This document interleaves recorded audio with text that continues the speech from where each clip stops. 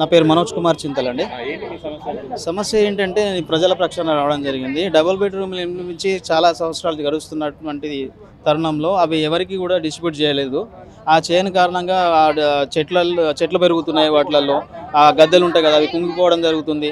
అది తాగుబోతులకు నివాసాలు అవుతున్నాయి. ఇది కరీంనగర్లోని రైల్వే స్టేషన్ దగ్గర చింతకుంటపల్లి అక్కడ తీగలగుట్టపల్లిలో ఉన్నటువంటి ఇండ్లు కొన్ని పైపులు ఉంటాయి కదా, పైన వాటర్ ట్యాంక్లో పెడతారు కదా, ఆ పైపులు కొన్ని అపహరణకు గురవుతున్నాయి. చాలా రకంగా ఏంటంటే ఆర్థికంగా దెబ్బతీసే విధంగా, ప్రభుత్వానికి ఆర్థికంగా దెబ్బతీసే విధంగా ఉన్నది. కాబట్టి గత ప్రభుత్వంలో ఎన్నోసార్లు దరఖాస్తు చేసుకోవడం జరిగింది. ఇంతవరకు ఎలాంటి రెస్పాన్స్ లేని కారణంగా వాటి యొక్క ఇండ్లను, శిథిలావస్థకు గురవుతున్నటువంటి ఇండ్లను మాకు కనుక టెంపరీగా నామమాత్రంగా కేటాయిస్తే వాటిని మేము మా సొంత ఖర్చులతోని మేము వాటిని బాగు చేసుకొని ఉంటామని చెప్పేసి తెలియజేయడానికి సీఎం గారి దగ్గరికి ప్రజాపాలనకు రావడం జరిగింది.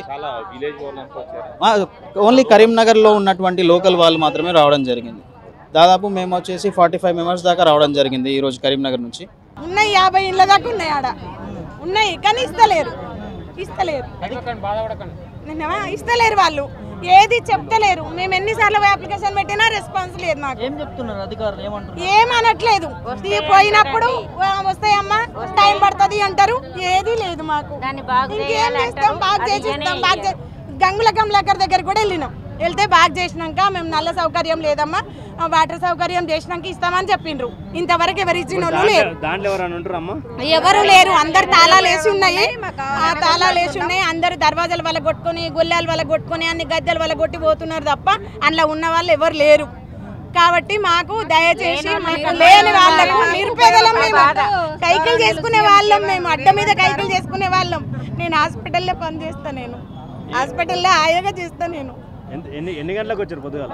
మేము పొద్దున 3కి వెళ్ళినాం. మేము 2కు లేచినాము, 3కి మేము వచ్చినాం. 3కి బయలుదేరి 6-6:30 వరకు మేము జేబీఎస్లో దిగినాం. ఇక అక్కడ నుంచి ఇక మాకు బస్ దొరికితే బస్సు, ఆటో దొరికితే ఆటో, ఇంతమందిని గ్యాదర్ చేసుకొని వచ్చినాం. మేము కొంచెం మా బాధను కూడా అర్థం చేసుకోండి. మాది తీసుకుపోయి సీఎం సార్కు కొంచెం మీరు దయచేసి మా బాధ ధన్యవాదాలు. మాకు మాత్రం న్యాయం జరగాలండి. మేము ఇంత దూరం వచ్చినందుకు మాకు న్యాయం జరగాలి. మేము ఇంత దూరం వచ్చినాం. మా ఎమ్మెల్యే దగ్గరికి వెళ్ళినా, ఎక్కడికి వెళ్ళినా కూడా ఇదే పరిస్థితి. అమ్మ వస్తాయి, వాటర్ లేవు, సౌకర్యం చేసినాక ఇస్తాం, అది ఇదని చెప్పడం, తోలడం, ఇట్లా ఒక 3 సంవత్సరాల నుంచి నడుస్తుంది. బస్సు బాగుంది, బస్సు ఏం బాగుంది? బస్సు ఆ బస్సు పెట్టే బదులు మనిషికి ఒక 2500 పెడితే 2500 ఇస్తే అయిపోతుంది కదా. ఎప్పుడు ప్రయాణం చేస్తాం రోజు మేము బస్సులకి పోం కదా, రోజులు బస్సులకి ప్రతిరోజు ప్రయాణం చేయం కదా. చాలా ఇబ్బంది అవుతుంది. ఆ స్కీమ్ పెట్టకుండా వేరే ఏదన్నా ఇట్లా పిల్లలు చదువుకున్న వాళ్ళు ఉన్నారు, ఇట్లా ఇంట్లో ఉపాధి ఏది పని చేసుకొని వాళ్ళు బయటకు వెళ్ళిన వాళ్ళు ఉంటారు. వాళ్ళకు 2000, 2500, 3000 రూపాయలు ఇస్తామని చెప్తే అది బాగుంటది. ఈ బస్సు పెట్టి అందరినీ తన్నుకొని సామని పెట్టిండ్రు. ఈ బస్సు ఎందుకు? ఆ బస్సు ఏం పనికా? బస్సు అందరికి చాలా మంది ఉన్నారు నిరుద్యోగం. ఆర్థికంగా మెరుగుపడుతుందని చెప్పే కదా మీకు ఫ్రీ బస్సు. మేము పోం కదా, మేము రోజు ప్రయాణం చేయం కదా. మేము ఎప్పుడో సంవత్సరానికి ఒకసారి పెళ్లికో పేరెంటానికో పోతాం. మాకెందుకు? మాకు ఉపయోగపడింది మాకెందుకు? అది ఇప్పుడు సరే ఈ విధంగా సంతోషంగానే ఉంది, ఉపయోగపడుతున్నందుకు. ఇప్పుడు ఉపయోగపడ్డది మాకు, సరే ఇప్పుడు ఈ టైంలో ఉపయోగపడ్డది మాకు. మేము ఇంతవరకు ఎక్కడికి పోలేదు, ఇప్పుడు ఉపయోగపడ్డది మాకు బస్సు. సరే ఎప్పటికీ ఊరు వెళ్ళలేము కదా, ఊర్లో అవి ఇవి.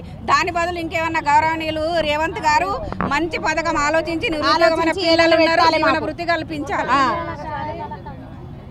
దాని బదులు డబుల్ బెడ్రూమ్ గురించి గత ప్రభుత్వాలలో చాలా సార్లు దరఖాస్తు చేసుకున్నాము, ఎలాంటి రెస్పాన్స్ రాలేదు.